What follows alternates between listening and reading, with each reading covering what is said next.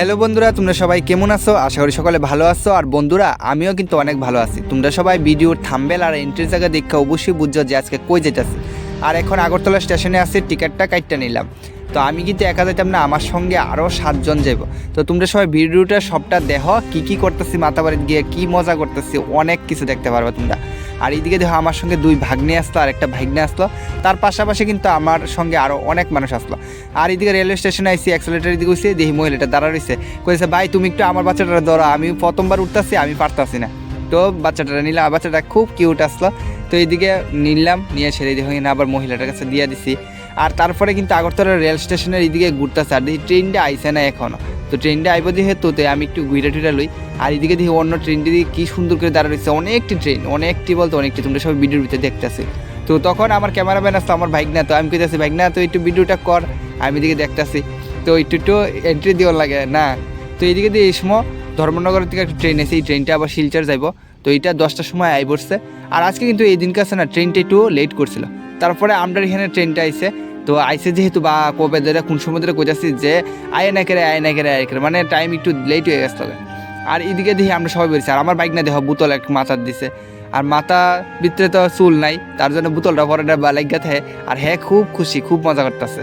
দেখছেন আমরা এখানে 2 ভাইক না আর এক মামা, মানে আমি তো এখানে বইছি। আর রেল সাইডে দিছে, আর রেলের ছাড়তে মানে কি কইতাম, রেল দিয়ে যাইতেছে। আর চারিদিকের বিউটি এত সুন্দর লাগতেছে, কিতা কইতাম, রেলের ভিতরে বললে আমার এই জিনিসটি সবাইতে বেশি দারুণ লাগে।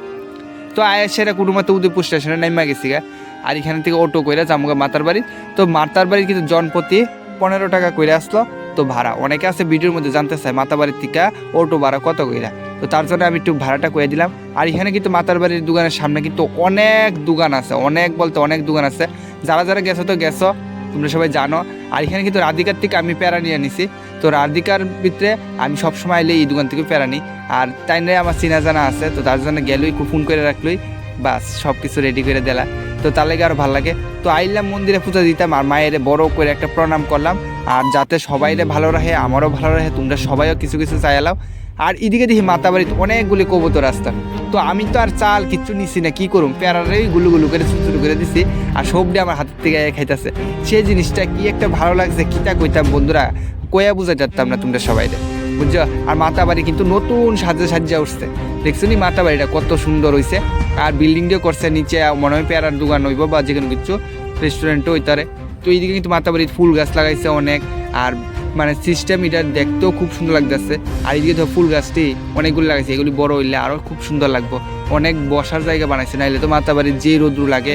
তো এইটা কিন্তু খুব ভালো হয়েছে। তো আরেকদিনকে ভাবতেছি নতুন বছরে যাবো, ঠিক আছে। মাতাবাড়িতে কইলে বললে যাওয়ান যায় না, কিন্তু আমি কইতাছি তোমরা সবাই যে নতুন বছরে ভাবতেছি যাবো। তো গিয়ে আবার মায়ের কাছে পূজা দেবো। আর সবাইটা যাতে ভালো রাখে। এখন শিব ঠাকুরের এখানে আইবছি, মায়ের মন্দিরের পাশে শিব ঠাকুরের মন্দির আসলো। তো এই মন্দিরটি একটু ছোটো করে।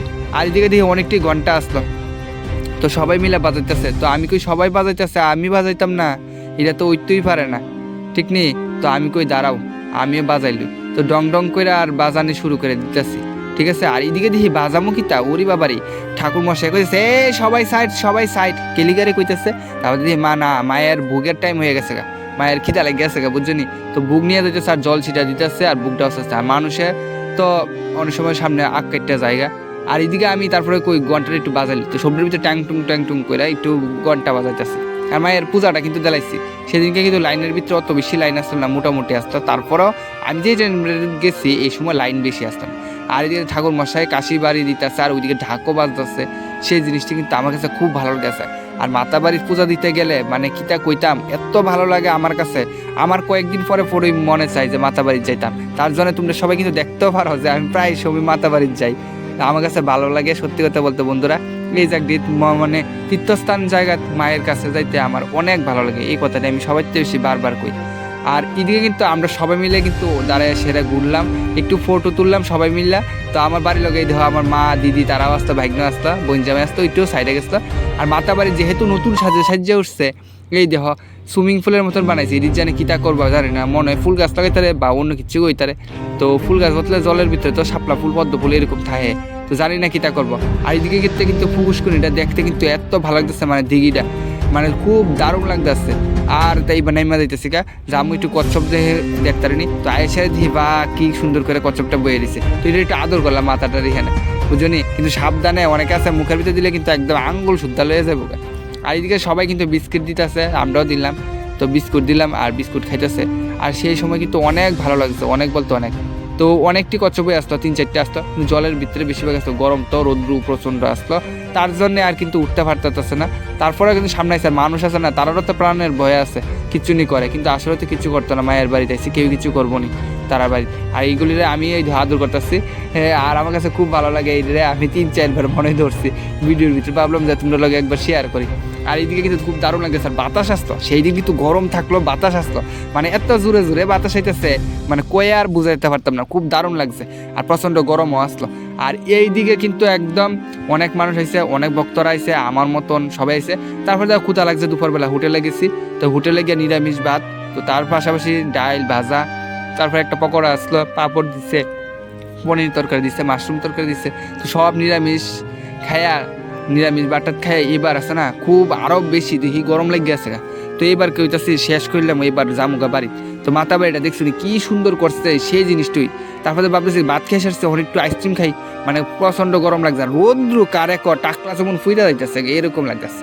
চিন্তা করতে করতে কিন্তু উদয়পুর স্টেশনটা তাই বলছে, আর উদয়পুর স্টেশনটাও কিন্তু খুব সুন্দর। আইদের টিকেটের লাইন, তো টিকিট কাটতে একটু দাঁড়ায় রয়েছি, রেল আইব। তো বন্ধুরা ঠিক আছে, টাটা, দেখা যাচ্ছে নেক্সট ব্লগে, বুঝলি। আর আমরা সবাই বয়ে বয়ে কিতা করুন, রেল আর আয় না মা আমি আমরা সবাই মিলে বাদাম খাইতেছি, রেল তো আর আয় না কিতা করন। তে আমার দিদি আসতো এইদিকে, ওই ভাগ্নি তারাও বয়ে বয়ে কথা কইতেছে। আর সেই সময় কিন্তু স্টেশনের ভিতরে বয়ে থাকতে কিন্তু আরও একটা মজা আছে, কত মানুষ কত জায়গায় যাইতেছে। তো ওইটা করতে করতে রেলের ভিতরে আছে না বয়ে জায়গা, বুঝলি। তো রেল আইবস আর ভিউটি তো কি সুন্দর। তো বন্ধুরা আজকে মাতাবরের ব্লগটা এতটুকুই, দেওয়া হইতেছে নেক্সট ব্লগে, টাটা।